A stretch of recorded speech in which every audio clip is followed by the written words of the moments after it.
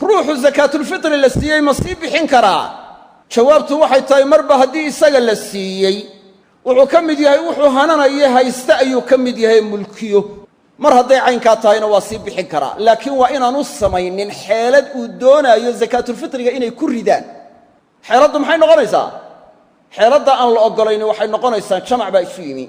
jamacii markaa isu yimi baa waxay isku afkashadeen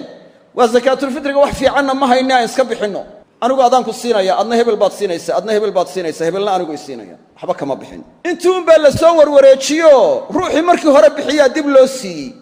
mid walibana wuxuu leeyahay dee hebel baan siiyey xeeladda noocaasi waa xiilatun liisqaati alfitri laa tasix xeeladda noocaasa haddii la sameeyo waa xeelad zakaatulfitrigii lagu ridaayo xeeladda waajib lagu isqaatinayo oo lagu ridayo ama xaaraan lagu bannaynayaana waa hayru jaa'isa waa mid aan bannaanayn cid kasta uu ruuxu masruufo waa inuu ka bixiyaa walow masruufkiisu yaanu waajibba ku ahayne zakaatulfitrigana waa inuu ka bixiyaa addu lfitra can man tamuunuuna